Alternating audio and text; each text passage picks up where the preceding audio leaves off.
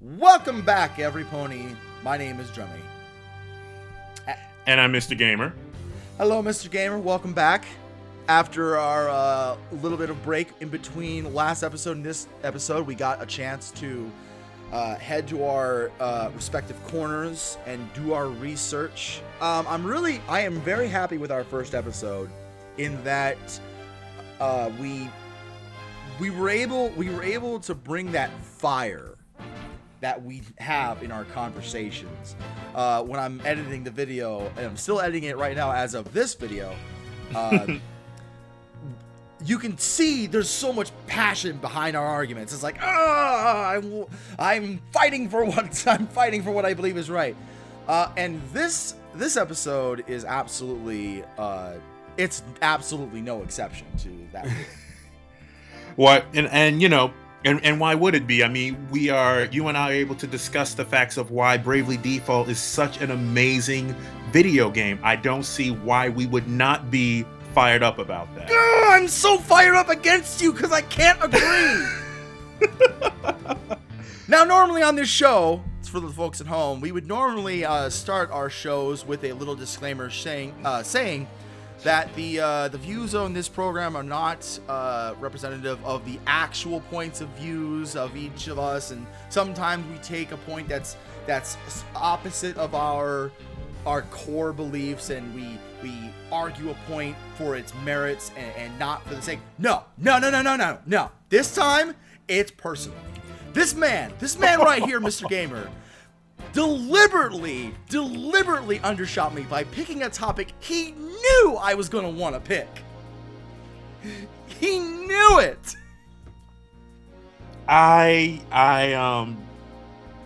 What can I say? I know how to put on a show, and what better show than a conversation, a debate about the famous and infamous video game of Bravely Default.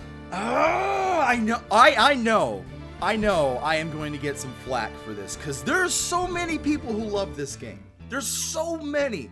Like, when it came out, people were nuts. It's like, Square is going back to a turn-based RPG. This is the best news ever. I was one of those people. I was like, after living through the mess of Final Fantasy 13 and all of the linear hallway simulators, I was so pumped for a traditional, turn-based RPG. I love these kinds of games, and let's be fair, Bravely Default for a turn-based RPG does it pretty damn well. Yes, it does. It makes you have to think about each move, the speed of your characters. Okay, this character is doing, this sort of, this character's this sort of job, was using this sort of weapons. You have this sort of skills, and I'm fighting this type of enemy.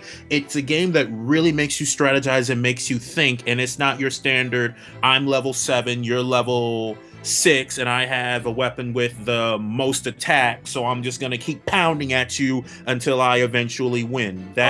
Wait, really? You mean that's not how I'm supposed to play the game? Because that's literally how I beat every single boss in the game. Literally just load myself up with the best armors and weapons, gave myself freaking 2 ninjas, a knight, and a healer, and nothing ever stood in my way. Like, I would use black magic and elemental magic when I went up against that one boss who just required elemental magic to defeat. But every single asterisk fight, I just ruffle stomped all over, because the exact same strategy every time. I cannot agree with you that it's a in-depthly strategic turn-based RPG, but it is a well-executed turn-based RPG. And by that I mean, my points in this game, in my grief for this game, have nothing to do with any bugs. It has nothing to do with anything that doesn't work. It has nothing to do even with the quality of the artwork, or the quality of the audio, or the quality of the voice actors, even for English, which I'll get into the English voice acting pretty soon. All right. You see that, you know that's coming too. I do. but it does have to do with. Yes, and the thing is that everything about this game that I don't like is purely by its design, by choices that could have easily been done differently. That by choices that the creative team on this game said, you know what, we want to do it like this. We think this is cool, and a lot of people like it, and I just can't get behind it. Okay, so are you saying that the design of the game is flawed? Because you mentioned that the game isn't buggy at all, but you would argue that there could have been some better design choices to a already highly rated, very popular, soon to have a sequel video game. Oh, you just keep milking it. Just keep milking all of that praise for Bravely Default. I am going to tear this all down because the points I have made for this video are so in-depth. I've got notes. I've got notes at the ready because I am so fervently. Mr. Gamer, would you mind if I told you a story? I am all ears. I would like to tell you and everybody else at home the story of playing Bravely Default. First off, when you load up Bravely Default, you get this nice little cinematic that you use the DS camera for, and you can point the camera at a table or whatever, and up pops a unknown character, or known, depending on how you want to look at it, who rattles off some tropey poetry that you often see in really bad JRPGs. But apparently in this one it's good because Bravely Default can't be bad. Now, did not say it can't be bad, but I did say that it is very good, but I will let you continue. The story of Bravely Default begins in a typical tropey continental JRPG background. You got islands, you got giant oceans, you've got forests and caves everywhere you go. Very Final Fantasy old school reminiscent. And to be fair, there's nothing wrong with any of that. But the first things you find when you start playing this game are the characters. You get 4 characters in this game, and you meet all 4 characters pretty much within the first hour of gameplay. So they don't waste any time with introducing these characters. The problem with these characters is that they are so Mary Sue in how they are presented that they could have been ripped out of any Final Fantasy game. You've got, in order, your farmer turned master fighter whose village gets destroyed. You've got your priestess who can't possibly imagine hurting anyone or causing anyone harm or getting anyone involved in any of her disputes because she's the holy priestess who can never, ever, ever have an ounce of hatred in her heart. You've got the lecturess. This is probably the oldest Japanese game trope in all time. The lecturess rogue character who's always making inappropriate comments at the other characters, who always is getting himself in trouble, but for some reason he has a mysterious past that we don't know about yet. And then finally, because apparently priestess wasn't enough of a trope, they also have to add the princess character. A tomboy princess character who I have seen, I don't know, maybe a dozen times in every single JRPG game that I've ever known about, because princesses in JRPGs can't just be civilized, dignified characters. They always have to have these kind of wild, rambunctious, I'm just going to betray my family and my nation because I think this shit's weird.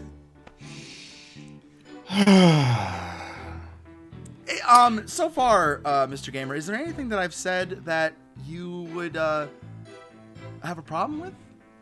Oh, yeah. Okay, so now we have the farmer turned master fighter until we realize that he actually is not a master fighter in his own right, because in the video game there is something that he has that he needs, that he is in the video game, the job freelancer, where he can do just about everything, but he is the master at absolutely nothing until he gets the knight class. And then we have Agnes, the priestess who doesn't want to harm anyone until she actually has to beat the crap out of whatever monster that is threatening the crystal. That is her job, and she cannot do it on her own. She doesn't want to have to hurt anyone, but she does. We have the lecherous character who's always making lewd comments, but has the who has the terrible past. Now, I can't argue that is not something that has been done over and over and over again. But I would say that what you're talking about in the beginning is only the beginning.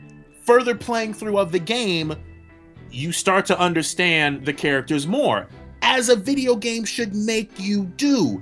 It should make you feel that, oh, in the beginning, I've seen this before, because you can only do so many different things, so many different times. You know, you've got, how many times have Mario saved Princess Peach? So many different times now. That is totally not the same thing. Hold on. You've gone through worlds and you've gone through galaxies saving the princess, because you mentioned the word tropes, which sadly made me think of Anita Sarkeesian, but you made a good point that this game has a whole lot of tropes. But that I cannot agree with you that these very common tropes that you see in this particular video game makes it bad. It is how they are presented. And further playing through of this video game illustrates the point that something that is done, something that has been done over and over again, can be done very well. Even the princess character, who has to betray everything that she knows because this is weird, it is even presented to her within the game, within the story, that not everything, as she has been told, is black and white, is good and evil, which is a true point, isn't it? I do have to give you this. The character Idia is pretty awesome as a character. I'll give you that one. And I understand what you're saying about tropes. Not all tropes are bad. I guess I'll concede to this, that in a game like this, where it's a revival of the turn-based RPG, and the game focuses more on its gameplay and not the story at hand or any amount of logical plot development, that focusing on gameplay was probably a good idea. And for the very least, the characters aren't terrible. Like, there have been worse, right? Especially in Final Fantasy games. I'll give you that. Tidus remains at the top level tier of stupidity when it comes to JRPG characters. Maybe followed closely second by Kate Sith, maybe. But, you know? I will agree that he is a very stupid character, but I would say, going back to Bravely Default, that the way that these characters are in the beginning should not make you dislike the characters by default.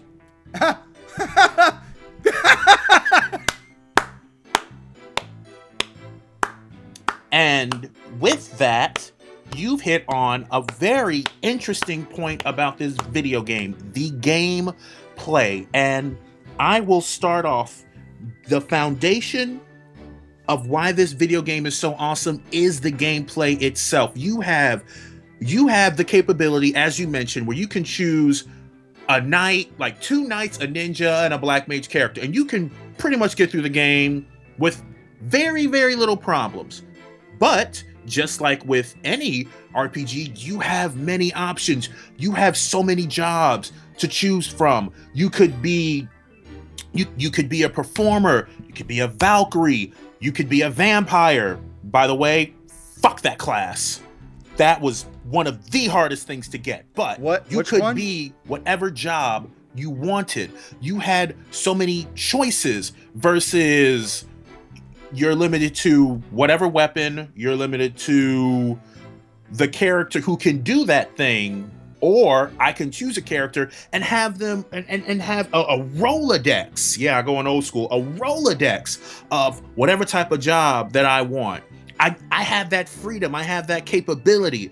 And then the brave and the default, oh, that just brings it to a whole nother level, because then that control is now amplified to, okay, I can go brave, I can be real brave and just go all in, like put my chips on the table. I am going at this right now. And I hope that it really works, because if it doesn't, I will be punished. But I have that choice. Not exactly turning the turn-based strategy on its head, but giving it much more wiggle room, where it's not enemy attacks once, I attack once, enemy attack once, I attack once. No, everybody just go all in, full force, and beat the crap out of them and hope that it works. And then I'm rewarded.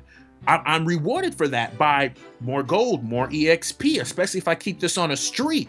Or if I'm going back up against a boss, let me build up my brave points, and then just hit them with an onslaught of whatever their weakness is. That way, I'm not just sitting there like, okay, this move next, and then this move next, and then this move next. Because for those who don't have a very long attention span, that does get boring. But I have the option to mix it up, and Bravely Default gives that to me. That is a beautiful, well done gameplay mechanic.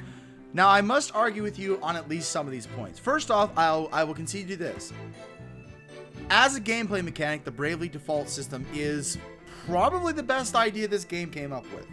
Giving you a system in which you can either defend and get something out of it versus just a... believe me, this could have been a lot worse of a game.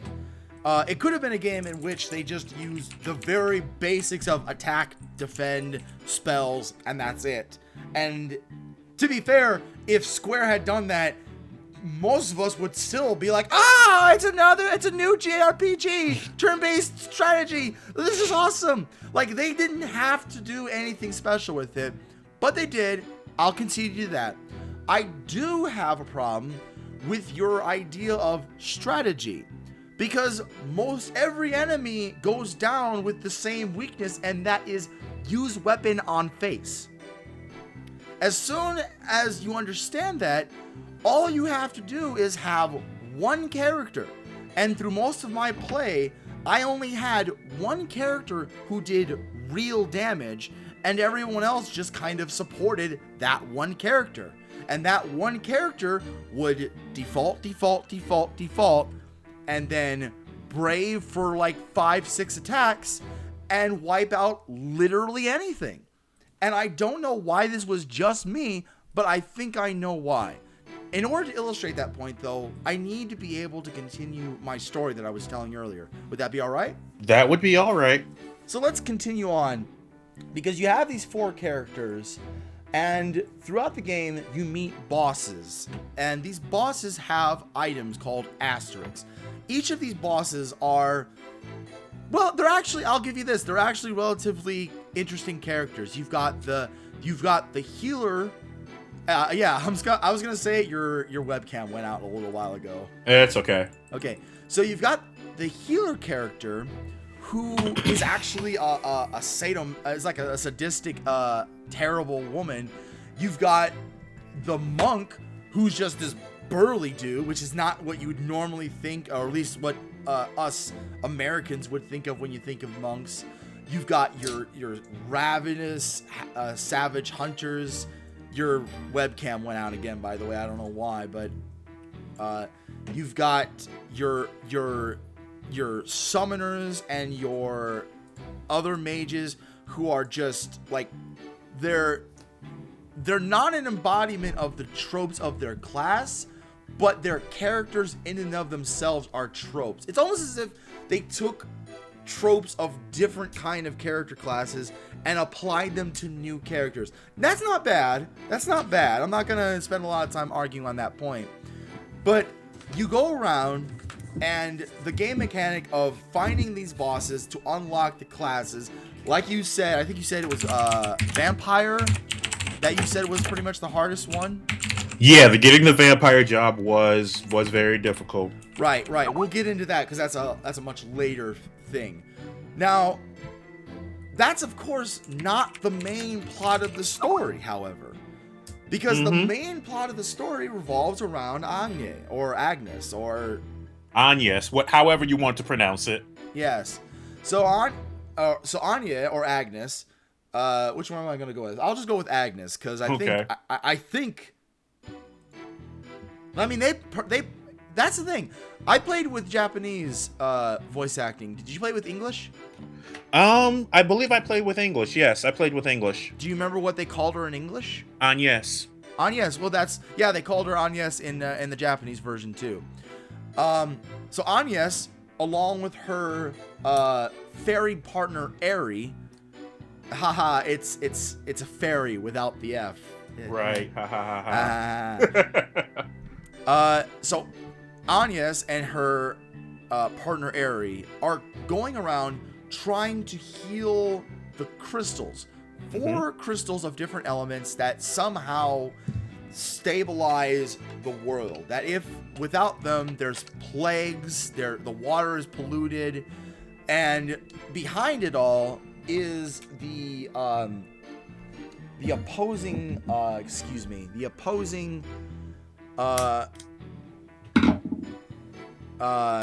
nation of looking for my the Knights of Eternia. Yep. So the Knights of Eternia are behind this big coup, really, to destroy the crystals, wipe out the crystal bearers, people like Agnes, and supposedly just destroy the world for whatever reason. And we're not given a lot of understanding of why. We're just kind of told, bad guy is bad, stop bad guy. And it kind of just works because all of the characters we come across that are the Asterix bosses, they're all terrible people. Like, there's no choice for you but to say, okay, I'm the good guy, and that's obviously the bad guy. For the exception of a few characters, such as the samurai character, who's still supposed to be this honorable sort throughout all of the different storylines, and the king of Eternia, who is like this mastermind behind it, who always has this air about him, is like, I'm doing this for important reasons.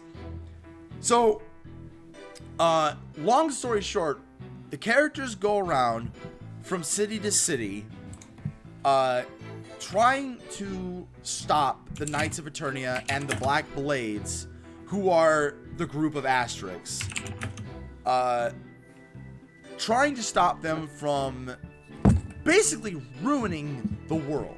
And in every city we come across, the Black Blades are just killing people, or poisoning them, or ruining their lives, just any amalgamation of it. Now, throughout all this, Ringabel, our mysterious, lecherous thief character, has this journal with him.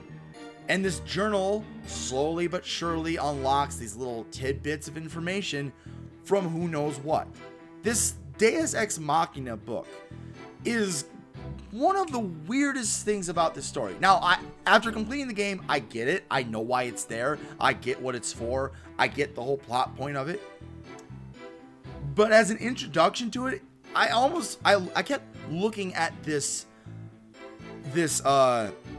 journal as an excuse to give people information without an annoying pop-up that says, this is what you're supposed to do next. And generally speaking, every time the book would tell the players, go here and stop and heal the crystal. Because every time it would open up.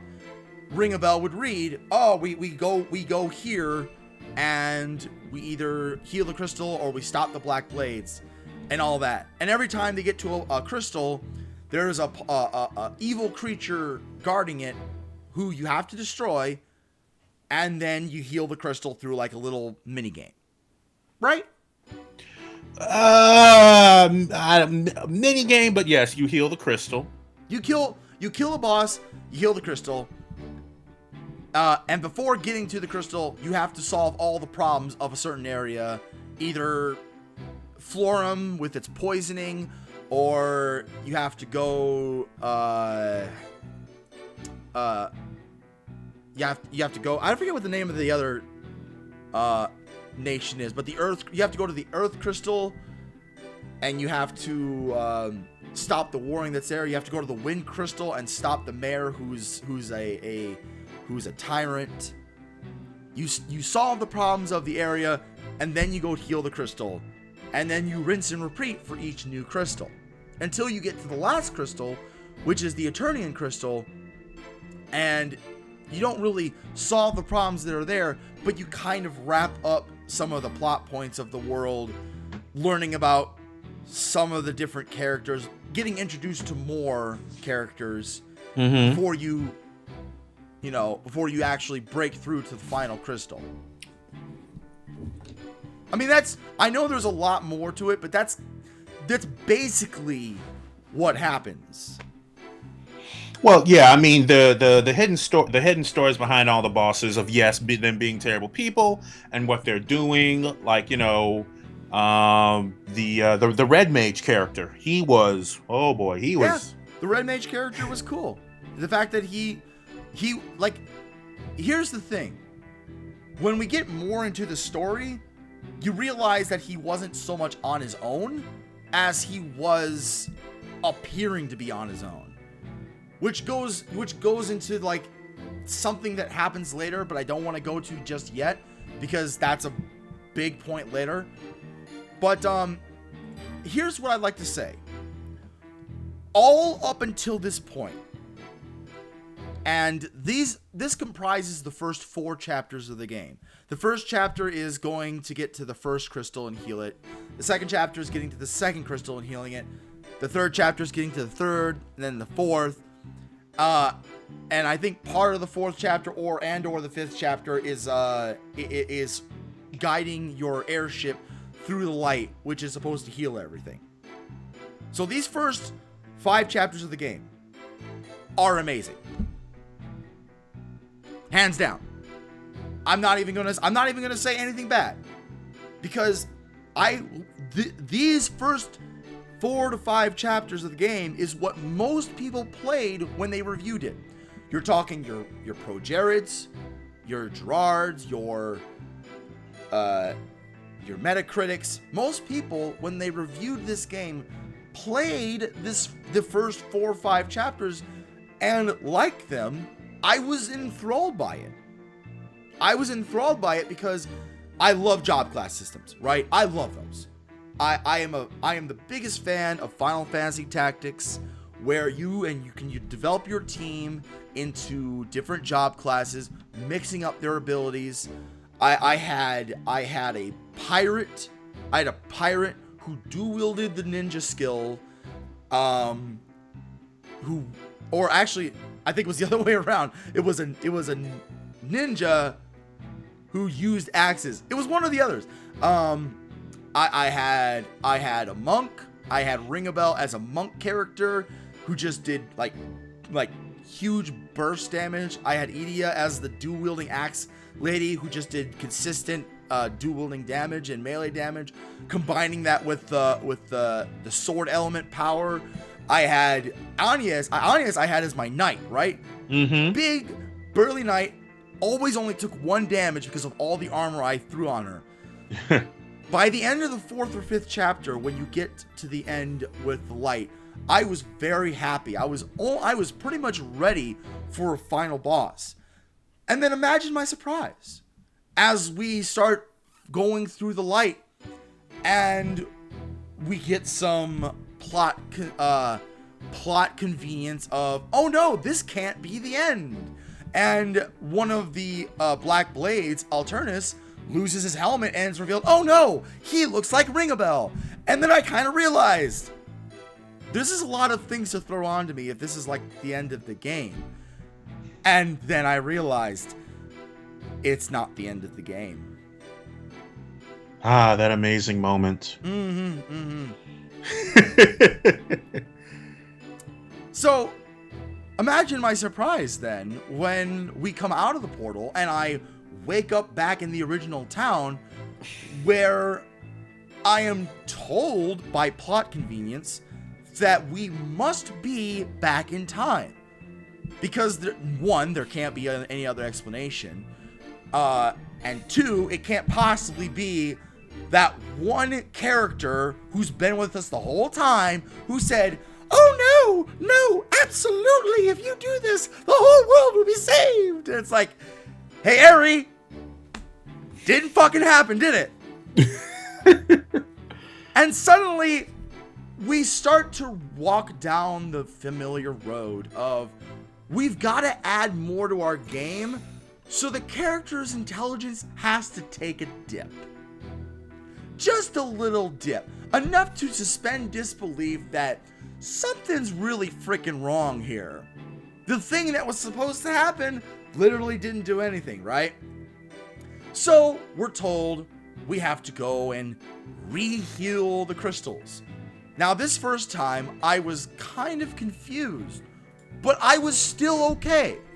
Because there were, when you go through the world the first time, there's a lot of points where if I had just known ahead of time of what was going to happen, I could go back and I could fix the problems. And when you know it, the 6th chapter did just that.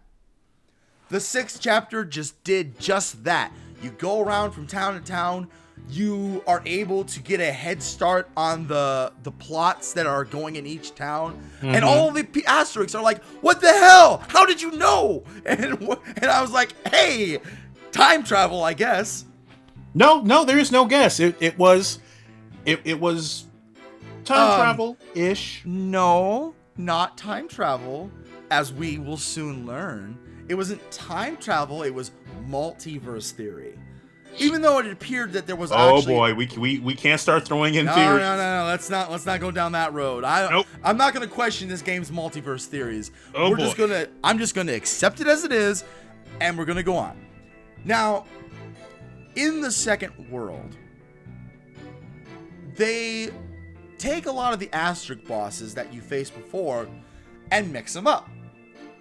Not all of them at first, but some of them. So like, for example, you would get to an area and you would fight one asterisk boss. And maybe the second time around, one of the asterisk boss is combined with another asterisk boss. But it still kind of meshes up, right? And I'm like, okay, I could see that, but most of the asterisk bosses that you face are just harder.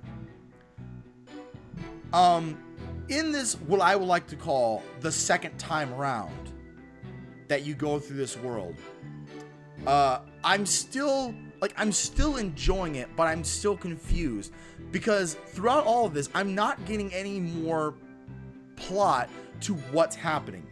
I'm going and re-healing the crystals. I'm fighting the same bosses for each crystal, fought the same way, just harder.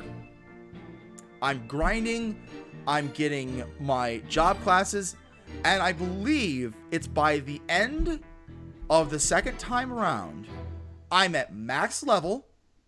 I have the best armors and weapon I can get from the town, you know, that little town mini game that we kind of skipped over because it's like it doesn't really add anything to the game anyway, and it never like comes back into the game, and no one ever references it again, but it's just a thing that we're supposed to accept as happening.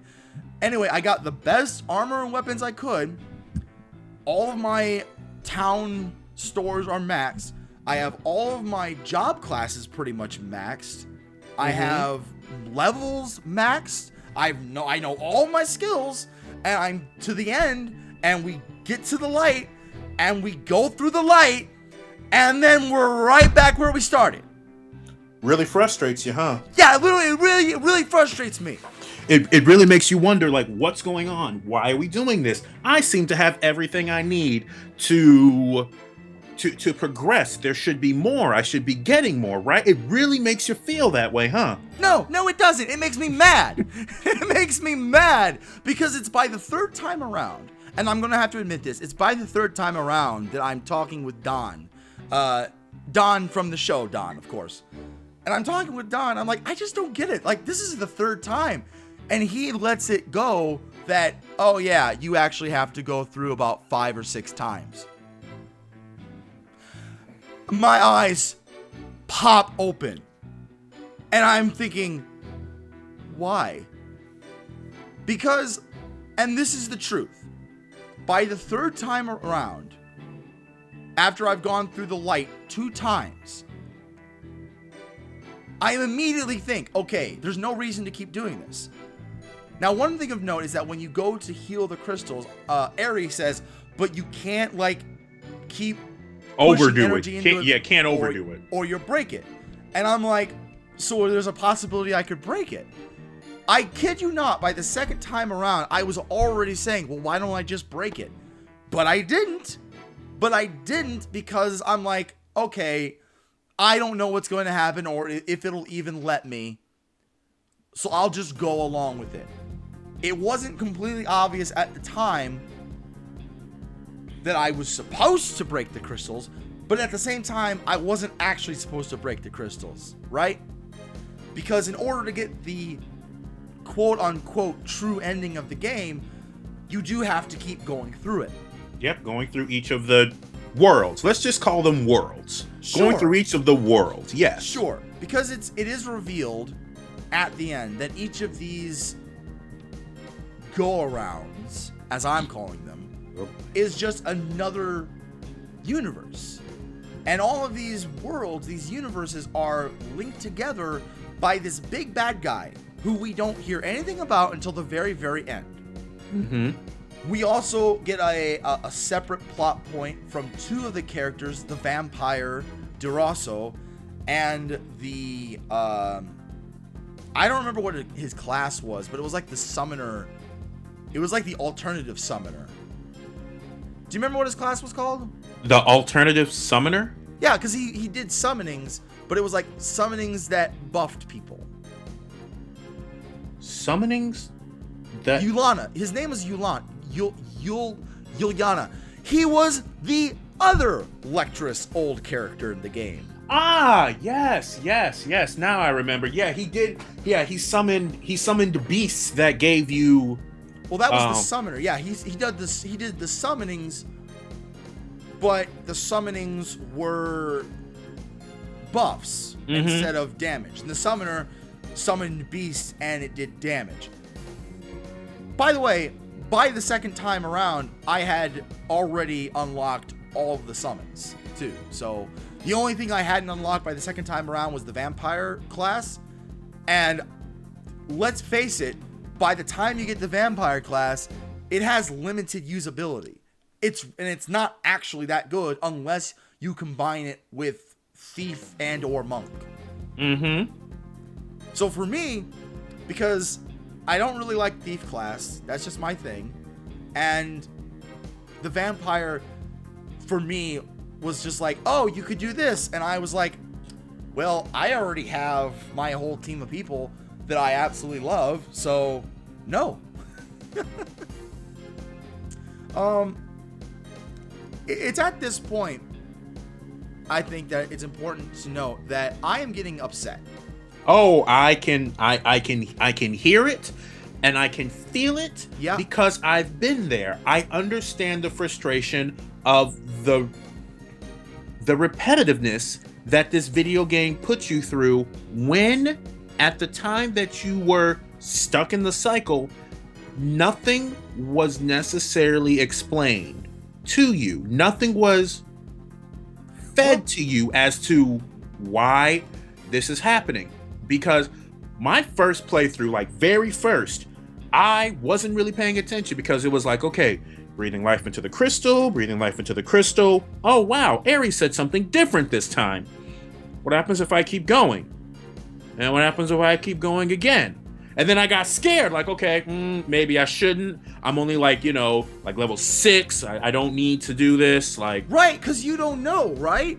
Because if you break the crystal, you're not sure if you're just going to get a game over state and then you're going to have to fight the boss again. Mm-hmm. Who knows? Like, if you don't cheat and figure it out yourself, you don't know what's going to happen.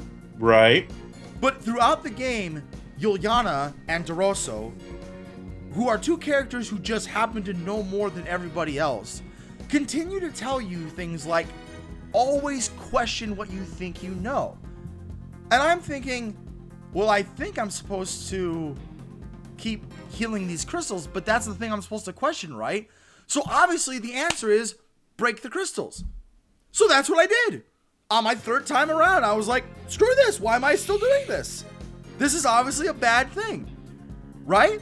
So I break the crystals. Lo and behold, like it was not a freaking, like no surprise at all, Ares reveals to be a bad guy in league with some unknown, had not been introduced until this point, god Ouroboros, which, by the way, I've got a problem with this.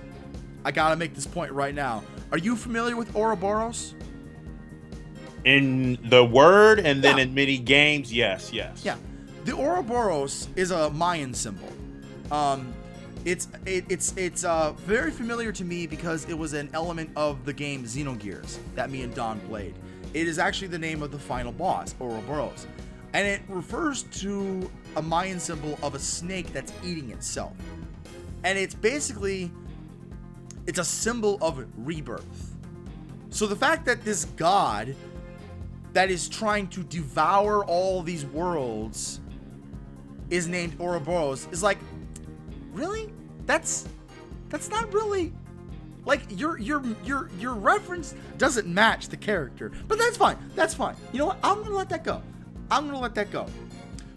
Because after you break the crystal, Aerie reveals herself to be an actual monster, and then you fight Aerie, and she kills you. You're revived by some lady, an angel, whom, again, at this point, because this is the third time around, right? Mm-hmm. I haven't continued going like normal people would do. I just broke the crystal. We're introduced to yet another character whom we're supposed to already know by this point, who was an angel who actually might have been Anya's from an original world, in which is the same world that Ring-a-Bell came from. Okay, none of this stuff makes any sense. Like, why does Ring-a-Bell not remember any of this? Because he has convenient amnesia, okay? Why doesn't Yuliana and Doroso, who absolutely know what this is and what's going on, why don't they ever just tell anyone?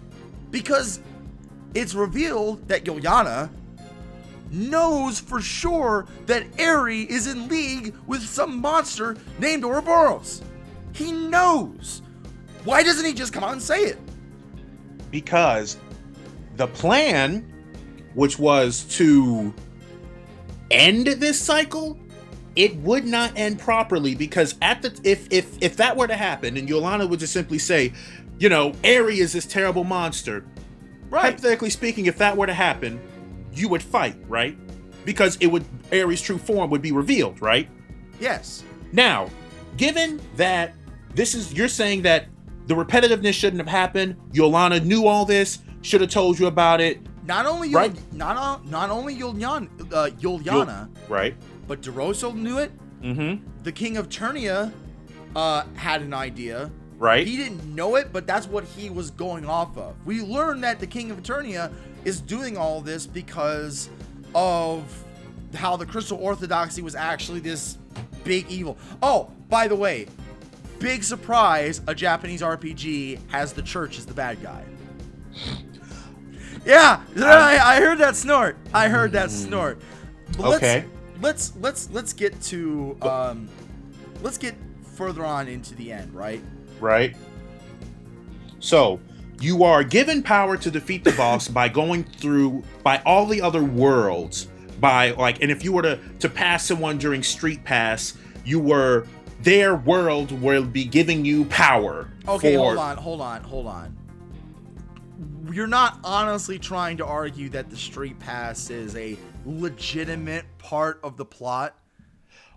I'm saying that it helps it move along, though I will say, simply discarded the town aspect of building it up and passing people, because even in the demo you saw how important that was, and it's something that is added, and sometimes it's not added very well, but I would say that in this game the Street Pass aspect was added very well, because when you immerse yourself within the story, whether or not you may not understand it, immersing yourself in the story and realizing that Billy, Sally, Susie, and Jim's world that we are all connected with, that I use their powers not only in that little town, but they send me their most powerful move to me that does how much ever damage it does, whether it's with Bravely or Bravely Second, you know, that powerful move that they are giving me, their power, that we are all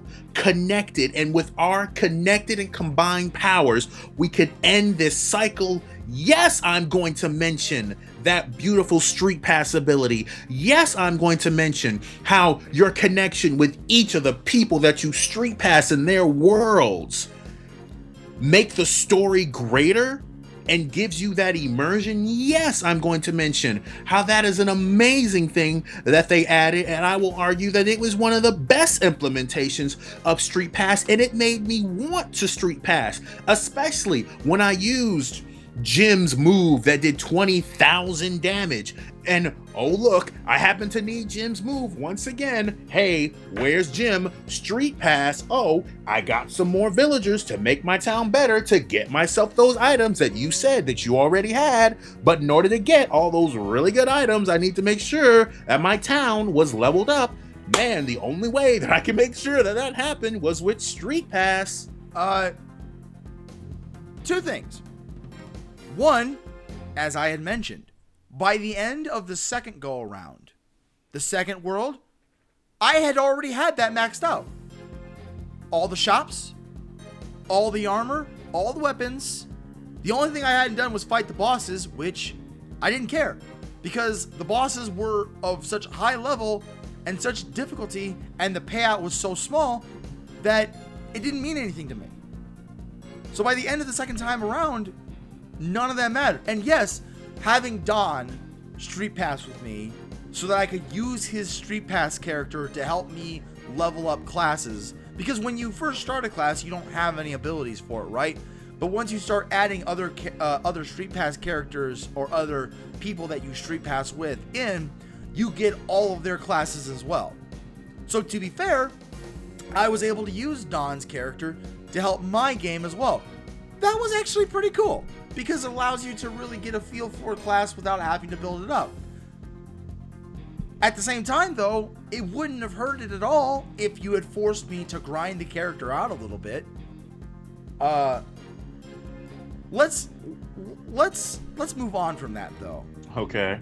Because I don't think we're going to disagree that the Street Pass aspect is cool. The town aspect was good too. I kind of like that. All right. No one ever had to use the microtransactions, so I'm not even going to argue. I'm not even going to discuss why that's such a dumb thing. Oh yeah, buying because more no Bravely Seconds. Ever had to use it. No. You never had to use the microtransaction. I thought it was dumb that they put it in. I would be surprised if someone paid for it. Not only because it's a dumb mechanic, but also because the DS's eShop for things like that does not work very well. So, putting that all aside, none of that really defeats anything in the game for me. The thing that breaks it is it starts at the third go around, the third world. Again, just like 1 and 2, you're fighting the same crystal bosses. Each crystal boss has just got more damage, more HP, more defense, but nothing's changed. Their strategy is the same. You come in with the exact same class characters, just doing more damage than they did before because they have better skills and better items, and the bosses go down the same way. With the asterisk bosses, which are optional, obviously. You know, obviously they wouldn't force you to do them because even the game developers were looked at that and like, there's literally no reason to force you guys to fight all the asterisk bosses again. Mm-hmm. And then on the third time around, they do with the asterisk bosses what they should have just done the second time around, which was really switch them up. Their personalities start to change. You start to see their characters change because it's a new world. And you fight them in different combinations. And that was kind of cool. If I hadn't already fought each of the asterisk bosses like 8 times already throughout the course of 2 world go-arounds. So by the third go-around, I'm losing patience. Because the strategy of each asterisk boss also doesn't change. It's just small minor things change between one combination of asterisk bosses and another. Because certain asterisk bosses can support each other, right? Right. But each asterisk boss fight, no matter what it was, the way to defeat it was always the same. Default, default, default, default with each character, then brave for 6 attacks with every character, and every asterisk boss fight was done. Every one. On normal. No challenge. I thought it was kind of weird. I was like, shouldn't some of my characters be dying? Because I'm defaulting 5 times in a row. But no, they don't. Because I had such a support from my character's abilities. I had a knight with the Diva class. So the Diva was always buffing everybody with defense. So everyone's defaulting, they're taking little to no damage. And when they're ready to attack, they unleash 24 some attacks on the enemy, and every asterisk boss fight that I fought dies. Mostly at that point, it's just tedium. Also, random encounters become a tedium to the point where at a certain point, you turn off random encounters, which was a weird choice. I get why they did it, because sometimes you want to give yourself a little more of an encounter or a little less of an encounter, but it's weird that they made that just an option in the menu. So by the end of the game, I literally just had random encounters turned off. So running through the dungeon was again just a tedium, because I had already ran through them before, and now all I'm doing is I'm fighting monsters that are a little bit stronger than the ones I fought before. But I get through the third world, I'm very annoyed, I get through the lights, and I come out, and I have to do it again. I'm livid at this point. I'm livid because nothing's any different.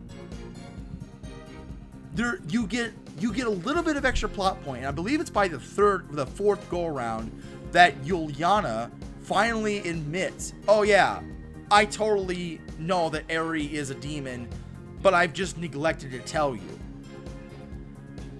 And if what you're saying is, well, he couldn't tell us because that would ruin the plan to draw out Ouroboros. He could have told us that. DeRosso could have told us that. The plot point they make, and this is the point that I remember because it made me mad as hell. And this goes with the King of Eternia as well. All of their excuse is, well, you wouldn't believe us if we told you.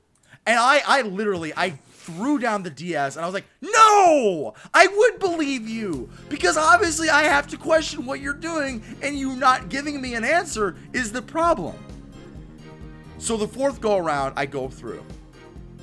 I kill all the asterisk bosses, just the same as I did before. Kill the 4 crystal guardians, heal the crystals, and then I go through the light. And lo and behold, that's also not the last time, because it's only by the 5th go around that you actually can get to the point where you get to the end game. I could not complete the game. At the point where I realized that the fifth, because here's the thing, I thought the 4th go around was the last one. I was telling myself the 4th go around is the last one. Once I go through this go around, this will be it. Because by the 4th go around, all of the characters know that Eri is evil. Ringabel knows. Ringabel remembers who he is. Tiz knows. Anya's knows. Edea knows. Everybody knows that Eri is actually evil. And they're going through the light knowing that they're helping a demon. And that's not even the last time. So then you have to go through a 5th time. And then by the 5th time around, you go through the light. And then finally it's revealed that Eri is evil. And how do the characters react? With shock and surprise. Shock and surprise! Because they knew! They knew what they were doing! It feels like the game is punishing me for wanting to see its story through. Are you being punished for you? So you're being punished for wanting to see the story through? So you're punished. Yeah, I feel like I'm being punished. I felt like I was being punished for doing what the game wanted me to do. Because remember, as I said before, the first time I played through at the 3rd go around, I had no more of it. I broke the crystal, revealed that Eri was evil, which was pretty much freaking obvious by that point. Fought Eri's first form, then went and fought Eri's second form. Done. And then the game says, okay, now you can restart from this point. And I'm like, what do you mean restart? That's the end of the game, right? No, that's not the end of the game. In order to get the true ending and the true reveal at the end about the sequel that's coming out, you've got to beat the game the right way. The game literally makes it so you have, in order to get the best payoff of the story, understand all the plot points, you have to go through with its contrivance. And it is. I'm just going to say it. It's a contrivance. It's there to pad the game. I firmly believe that they could have done exactly the same amount of explanation with 2 go-arounds. Heck, even 3 go-arounds. But this is 5. 5 go-arounds with the same asterisk bosses, waiting for you to say strategies, that. and the same crystal bosses every single time. I was waiting for you to mention padding the game. Yeah! I was waiting for you to mention that because I'm gonna have to cut that one down to size. Okay, all right. I'll let you go because I've been ranting for a while and I need a breather. Because even after, let's just say, I'm going to take it if they tried to do it in 2, 3, and then the amount that they actually did it. So you go through the game, crystals are healed, go into ship, you go through the light. Wow, everything seems to be the same. Something is wrong. So if they were going to try to do it in 2 go-arounds, then they would have to try to convince the characters successfully that Eri is evil, most of what you know is a lie, worlds are actually connected, and that you have to defeat Eri and then the person thing, whatever the area is working for, all within 2 playthroughs, right? You don't think they couldn't have done that? Correctly? Based on the story that we're given? Based on the story, right? Based on the story that we're given? No, I do not. And the reason that I do not is because the ending, the way that the game presented the final boss getting his power by taking it of the other worlds, the reveal of the other worlds would not have been as impactful if I didn't have to go through it again and again and again and then actually experience life in those other worlds, because it only would have happened to me 2 or 3 times. I feel like it needed to happen as many times as it did because so many of those worlds were connected. But the fact that I had the choice to take my revelation of, wait, I know Eri is evil. I know this is wrong. I know I shouldn't be doing this. I'm just gonna break it. I like that. I like that I didn't get game over. I like that I didn't get just, oh, okay, yeah, this is, yeah, congratulations for, fucking up. Like, no, I didn't get that. I did get an ending. That cannot be denied. I really want to make a point here, but because you haven't finished Undertale, I can't. Bollocks! Are you kidding me? Unfortunately, here's my problem with this. Your assertion makes some sense, because this is something I did think about, right? It's like, okay, the game is presenting me with a choice, and it is a clear choice. You can either break the crystal or not. And when you're doing like, okay, let's compare it to something else. Chrono Trigger.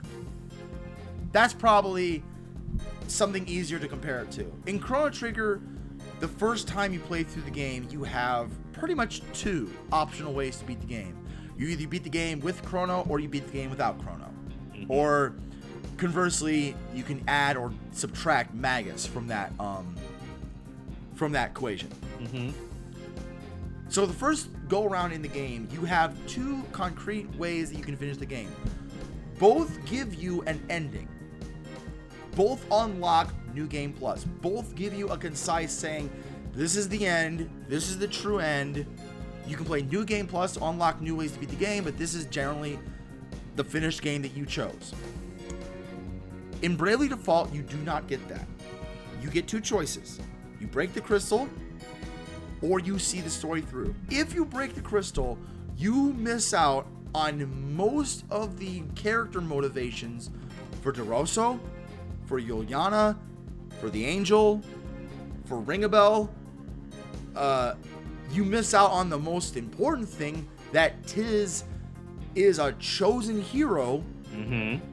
Which, again, that was something I never even got a chance to see because I didn't get to that part of the game. I didn't beat the final boss. I gave up and I decided, screw it, I'm going to find a video on YouTube that shows me the ending and that'll be what I'm happy with. And to be honest, like, I feel like maybe I missed a lot, but I wasn't any more or less happy. But here's the problem.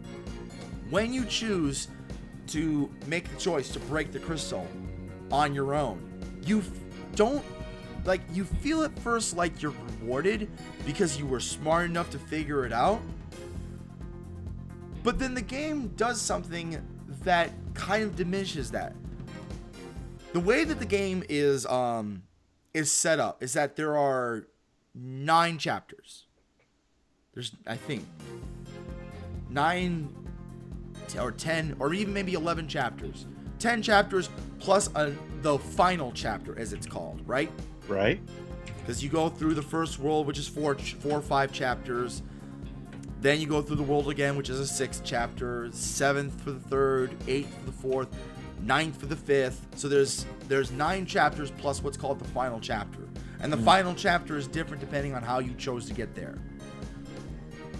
The difference is that the final chapter is the same except for that point. So when you get to the final chapter after the second go around and you're in the 3rd world, the game doesn't adjust its dialogue. Now you may not have seen this because you didn't get. Did you ever decide to destroy the crystals at all? No, I didn't. I pretty much followed the story as far as not doing that until the end, though. Sure. The very first playthrough, I was highly tempted because I could, and I was told that I shouldn't. And you know what? That's interesting. You feel like you were told you shouldn't? You mean by Aerie, right? Correct. Like, at the time, I had no reason to doubt this fairy. The fairy's on the case. The fairy's in the beginning of the game. Helpful every single time I pause the game. In the beginning, I had no reason to doubt. But it was like, oh, but I definitely can. Oh, wow. But you really don't like that. Oh, maybe I shouldn't. So what about by the time you get to the 4th world? Because if you talk to Juliana, he clearly says that Aerie is a demon.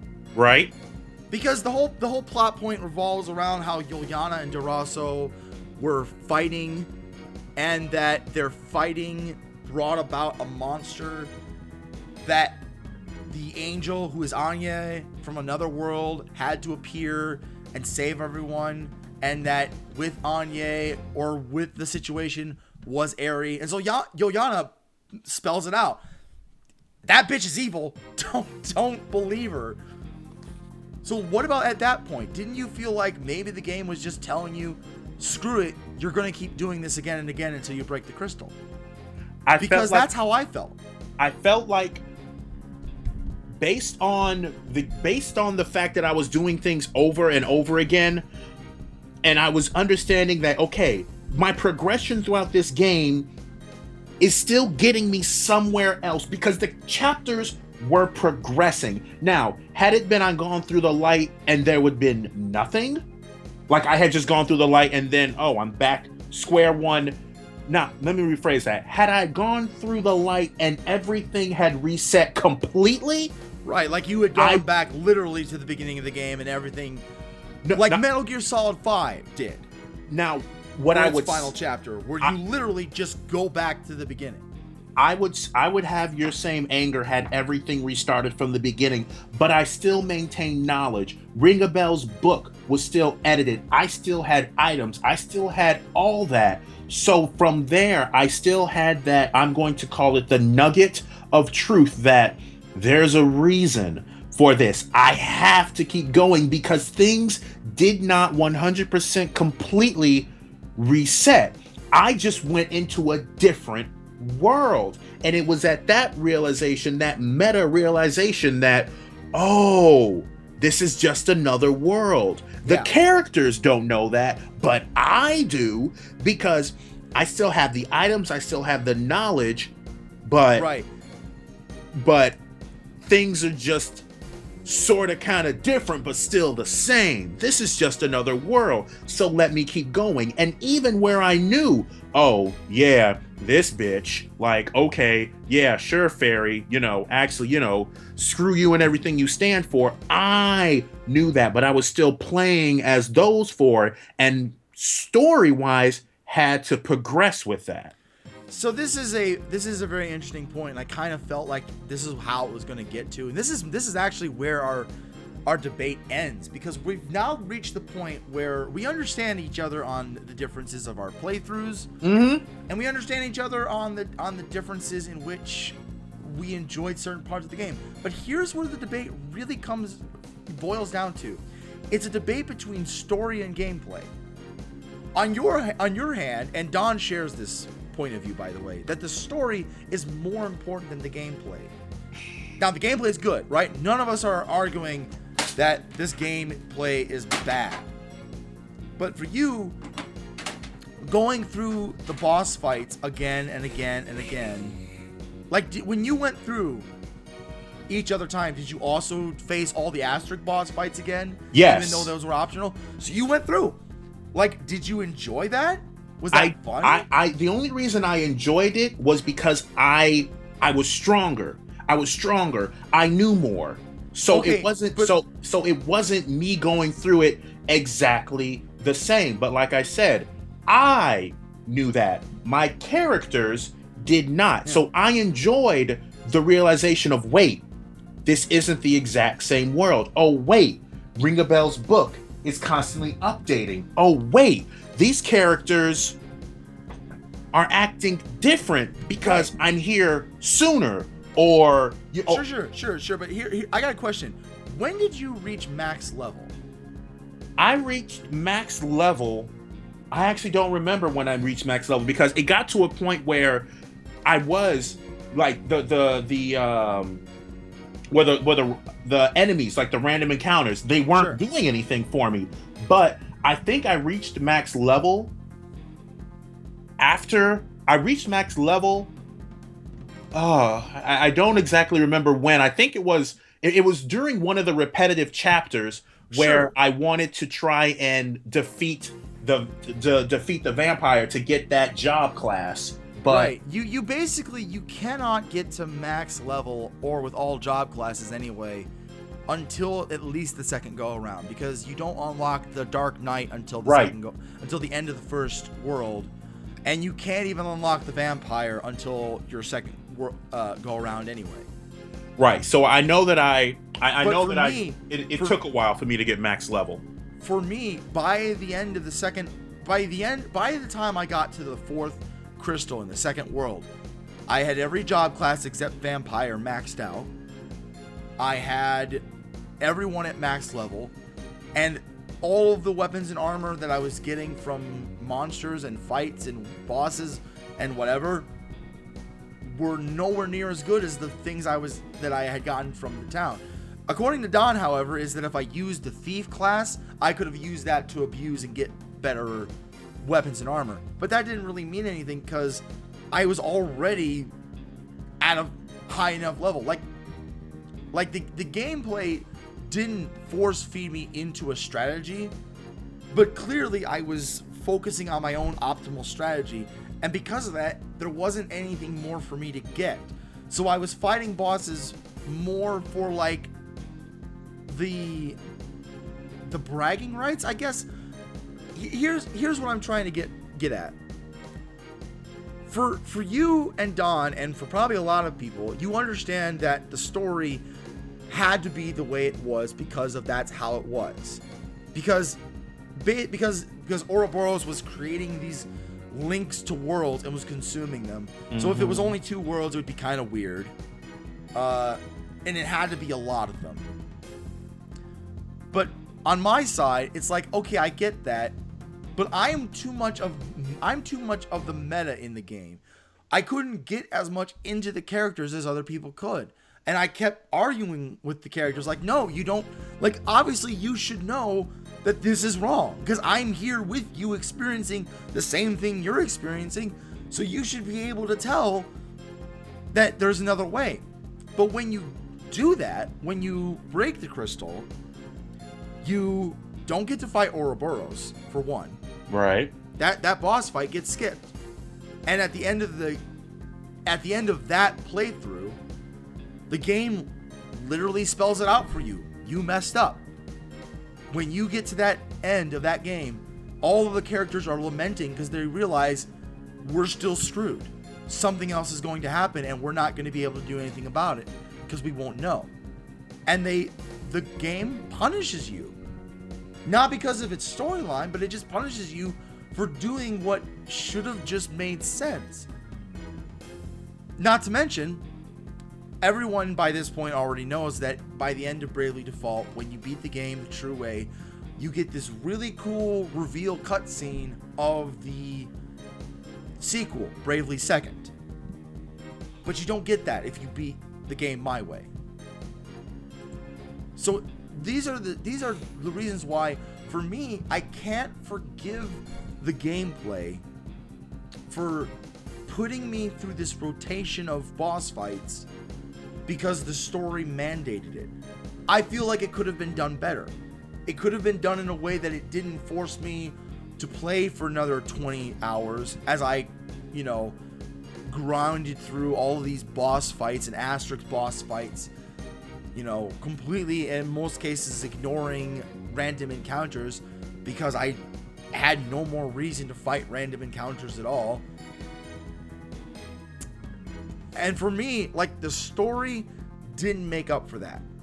For you and for Don, I can understand now, it clearly does. And for you, that story excuses the fact that you have to repeat these boss fights again and again. The reason why I get stuck on this is that I think about, what if any other game did this? What if any other game, in the scope of its game, had you fight boss fights multiple times because its plot point demanded it? People would call that game padding. And in this, it somehow gets a free pass. And so for me, it doesn't feel right. But I do understand why people like it. It's hard for me to get into it and get behind it, because for me, having a game where it repeats a boss fight or an area, or having to force me to backtrack through an area, that just grinds my gears. And I mean, it's like you had mentioned before, where we kind of got into the sort of kind of the end where there's nothing else we can there's nowhere else we can actually go with this. It's really just a difference of two opinions. Yeah, there is no right or wrong for this particular one, because I understand where you're coming from. It wasn't the reasons were not legitimized with you. They really weren't. Right. The repetitive the repetition wasn't legitimized. You did not deem it as necessary. So I could see why. Because mainly, you know, if they had done the story differently, like let's say the story had nothing to do with Ouroboros. Let's just say there was some god who wanted to destroy this world. Having one or two go-arounds, even going with a time travel trope, as tropey as that might have been, would have made going through the world a second time make more sense. I just don't feel like there was enough of a reason from the story to excuse having to go through this world 5 times. Like I said, the first go around was great. The second go around was confusing, but I still loved it. And by the third go around, I had completely checked out. Well, it was a shame, but it's a shame. It's a real shame. I do think everybody should try to play Bravely Default though. If you have a 3DS, I still think it's a good game, and I think most people are going to love it anyway. But at the end of the day, if you don't like it, nah. Well, if I do believe that, as previously mentioned, we got to a good point. So, yeah. I guess we'll just have to agree to disagree. Yeah, there seems to be a very common thread